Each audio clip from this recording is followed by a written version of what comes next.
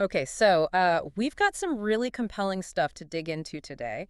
You, our listener, sent over a bunch of information, all centered around Admiral William H. McRaven's new book. Right. Conquering Crisis. 10 lessons to learn before you need them. Looks fascinating. Exactly. And our goal here, in this deep dive is to really pull out the core insights, not just what the book is, but how its lessons might actually help you when things get tough. Now, we've got a good mix of sources, it looks like. Yeah, we do. The official book description, some editorial reviews, and even reactions from people who've read it. So a pretty rounded view. Good, good. Helps paint the full picture. And the main theme seems to be this very practical 5-phase strategy for handling crises, all drawn from his pretty intense career. Absolutely. And what a career. I mean, Yeah. Admiral McRaven, he's not just a #1 best-selling author. Yeah, not at all. He's a retired Navy SEAL, 37 years service, commanded at, like, every level, including all U.S. Special Operations Forces. Yeah, and then Chancellor of the University of Texas system, too. Quite the resume.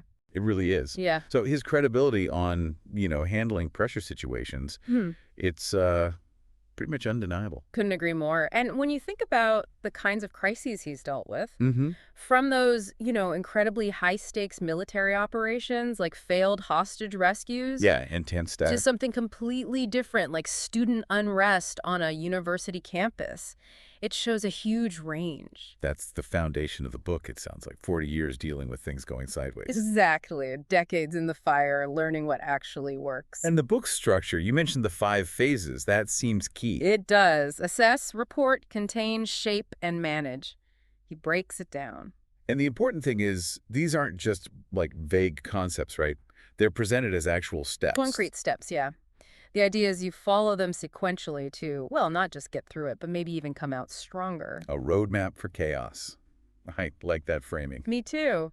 And it sounds like he manages to avoid just using, military jargon. That's good. Makes it more accessible. Right. One source mentioned he uses personal stories, these kind of thought-provoking parables, and Yeah. just really memorable lessons to get his points across. And the big idea is that really anyone can step up and lead during a crisis. Regardless of their job title, yeah. Exactly, no matter your position. That's a really crucial point, I think. It's about empowering people, giving them the tools to act. Definitely. The editorial review we looked at really leaned into that, called it a powerful and practical guide. Practical is key. It offers structure, but also, maybe even more vital, it gives you a sense of confidence when everything feels uncertain. Confidence when facing the unknown.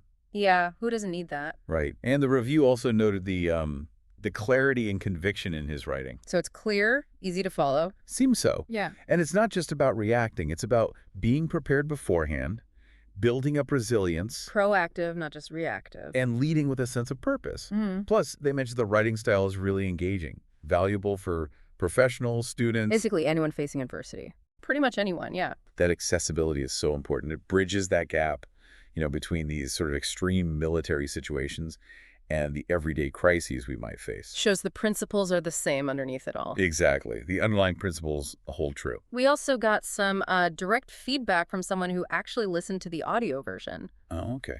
What did they think? They really seemed to connect with McRaven's leadership style, his moral code. They felt that his long Navy SEAL career gave him this really practical viewpoint that you could apply to lots of different situations. That's interesting. So they saw how you could take these intense experiences and actually use the lessons. Yeah, they use the phrase extrapolated into actual practice, which really speaks to the book's usefulness, right? It really does. Utility beyond just, military strategy. And they even said it felt like knowledge young people should ideally get early on, maybe from their parents, that kind of foundational stuff. Wow, that's high praise. Underscores the value. It does. And this listener specifically mentioned McRaven narrating it himself. Oh, he narrates it. Yeah, they said it really adds to the impact, hearing it directly from him. I can imagine. That personal delivery adds a layer of authenticity, definitely. Someone who's actually lived it. Totally. They even mentioned his other book, Sea Stories. Yeah. So clearly they trust his voice. Right. There's a built-in trust there. Hearing it from the source, someone who's navigated those high-stakes moments, Yeah. it gives it weight. For sure.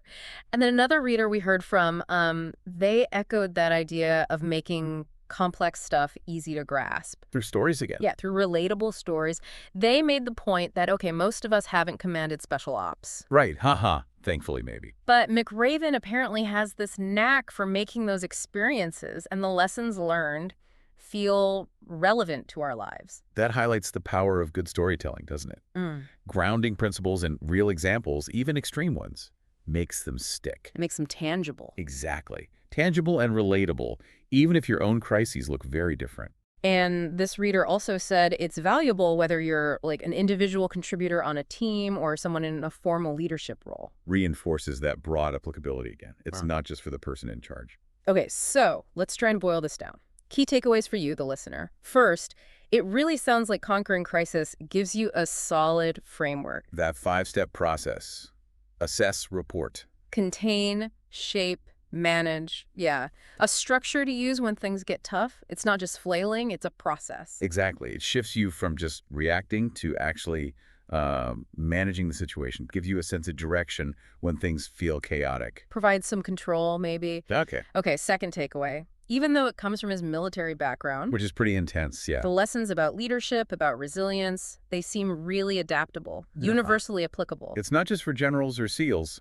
It's for anyone facing a challenge, big or small. Personal life, work life, anywhere. That blend is the strength, right?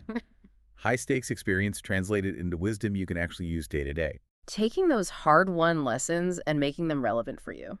Third point.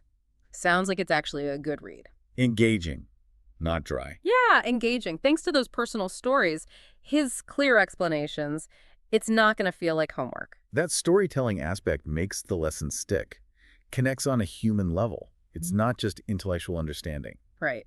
And finally, it really seems like this book offers something for, well, pretty much everyone. Because, let's face it, everyone faces difficult times eventually. That's true. You don't need to be a CEO or a commander to benefit from learning how to handle a crisis better. Exactly. Crisis doesn't care about your job title.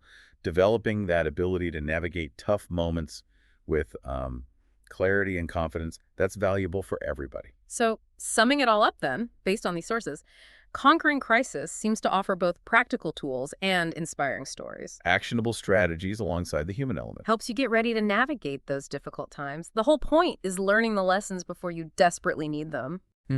Taking that proactive stance, like we said. Yeah. Giving you a structure for dealing with life's inevitable curveballs. Building resilience. So, thinking about those 5 phases again, assess, report, contain, shape, manage. Here's something for you to maybe chew on. Which one of those phases do you personally find the most challenging when you hit unexpected turbulence? That's a good question. Where does the process feel hardest for you? And maybe thinking about McRaven's framework. Could it offer a new perspective on tackling that specific challenge? Definitely some food for thought there. Absolutely. And perhaps a reason to check out the book yourself if this resonates. Anyway, thanks for joining us for this deep dive.